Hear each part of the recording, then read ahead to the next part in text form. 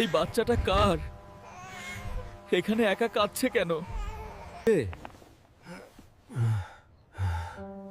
কিন্তু আমার কাছে তো টাকা নেই। কালকে একটা প্রতিযোগিতা হবে, যে জিতবে তাকে 5,000 টাকা দেওয়া হবে। কালকে আমাকে প্রতিযোগিতায় লড়তেই হবে, তাহলে বাচ্চার জন্য দুধ কিনে আনতে পারবো। এমন কেউ আছে আমার সাথে লড়ার মতো? আমি লড়বো তোর সাথে।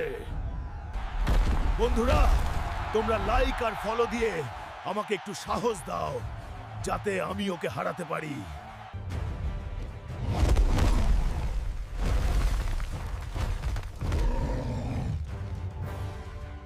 এই টাকাগুলো দিয়ে আমি বাবুর জন্য এখনই দুধ কিনবো।